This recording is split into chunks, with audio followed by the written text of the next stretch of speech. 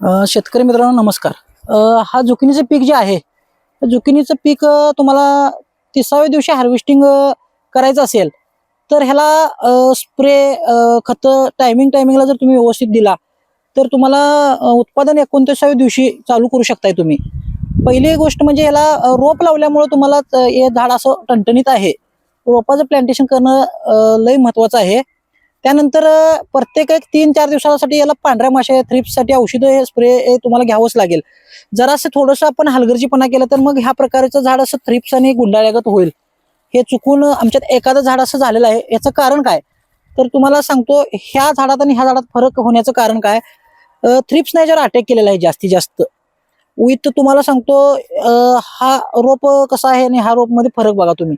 ह्यासाठी तुम्ही पांढऱ्या माशा वरचीवर औषध मारून तुम्हाला उलाला वगैरे आपल्या टाटा मानिक असं भरपूर आपण जे थ्रिप्स पांढऱ्या माशासाठी औषध फवारतो त्याचा वापर तुम्ही एक 4-4 दिवसाला जर ठेवला तर आपल्याला फक्त किती जपायचं आहे, याला 30च दिवस जपायचं आहे. 30व्या दिवशी तुम्हाला हार्वेस्टिंग चालू झाल्यानंतर तुम्हाला जास्त काही खर्च करायचं नाही आहे. हे लक्षात घेणं महत्वाचं आहे. ह्या जुकिनीला दुसरं कोणताही मोठा असा मेजर ह्याला काही नसतो. फक्त तुम्ही पांढऱ्या माशी जपला आणि कधीतरी एखादा कीटकनाशक काय ज्यादा लागेल असं नाही. कवा तर एक 8-10 दिवसातून तुम्ही हे करायचं, असं म्हणजे 8-10 दिवसातून स्प्रे घेऊ शकता कीटकनाशक. बाकी प्रत्येक 4-5 दिवसाला तुम्ही पांढऱ्या माशीचं औषध एवढंच याला महत्वाचं आहे.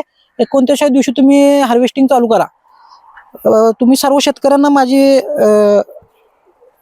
हे आहे म्हणजे सल्ला म्हणा किंवा काही पण म्हणा की तुम्ही हे सर्व लोकांनी ट्राय घ्यावं, एवढी माझी शेतकऱ्यांना विनंती आहे.